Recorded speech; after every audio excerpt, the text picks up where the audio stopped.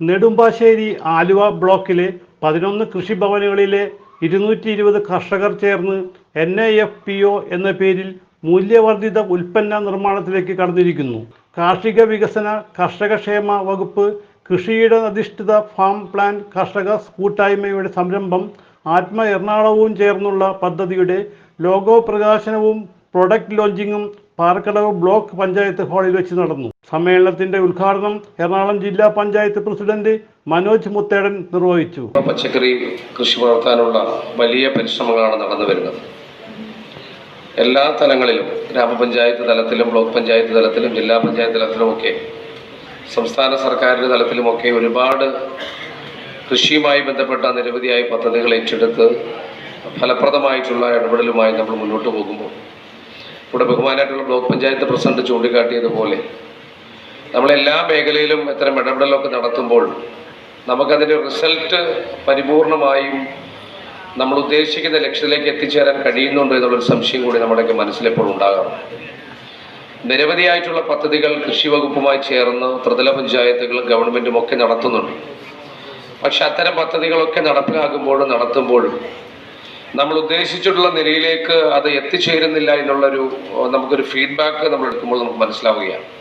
Parakkadavu block panchayat president TV Pratheesh അധ്യക്ഷനായി. ഇന്നൊരു സുപ്രധാന ചുവടുവയ്പ്പാണ്. നിങ്ങളാകെ ഇരുന്ന് ചർച്ച ചെയ്തതിൻ്റെ അടിസ്ഥാനത്തിൽ നിങ്ങളൊരു രണ്ട് ഉൽപ്പന്നങ്ങൾ ഇന്ന് ലോഞ്ച് ചെയ്യുകയാണ്. നമ്മുടെ വിപണിയിലേക്ക് നമ്മുടെ ഉൽപ്പന്നങ്ങൾ പോവുകയാണ്. തൊഴിലും വരുമാനവും വർദ്ധിപ്പിച്ചുകൊണ്ടല്ലാതെ നമുക്ക് മുന്നോട്ട് പോകാനാവില്ല. കാർഷിക മേഖല നിരവധിയായ പ്രതിസന്ധികളിലൂടെ കടന്നു പോവുകയാണ്. നമുക്കെല്ലാവർക്കും ആ പ്രതിസന്ധികൾ അറിയാം. ആ പ്രതിസന്ധികളെ മുറിച്ചു കടക്കാനുള്ള ഒരു മാർഗം എന്നത് വരുമാന വർധനവ് ലക്ഷ്യമാക്കി ഇടപെടുക എന്നതാണ്. Alangad block panchayat president Ramya Thomas logo പ്രകാശനം ചെയ്തു.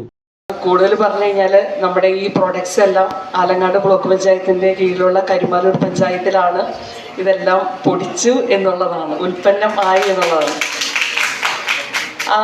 അതിനു വേണ്ടിയിട്ട് പരിശ്രമിച്ച ഒരുപാട് ആളുകളുണ്ട്. നമ്മുടെ ആത്മ ടീമിലെ നിഷിൽ ഉൾപ്പെടെ, അതുപോലെ തന്നെ നമ്മുടെ ADA, കൃഷി ഓഫീസർമാർ, നിങ്ങൾ ഓരോരുത്തരും ഇതിനു വേണ്ടി.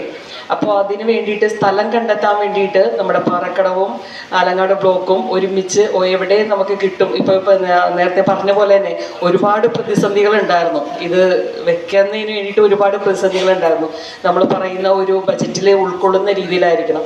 അപ്പോൾ കരിമാലൂരുള്ള ഒരു നല്ല മനസ്സിനുടമ, നമുക്ക് അങ്ങനെ പറയാൻ പറ്റുള്ളൂ, അദ്ദേഹം ആ മിഷനുകളെല്ലാം നിങ്ങൾ നിസ്സാരമായിട്ടുള്ളൊരു റെൻ്റ് എടുത്തിട്ട് മിഷനും ആ കടയും നിങ്ങൾ പ്രവർത്തിപ്പിച്ചോളൂ എന്ന് പറഞ്ഞു.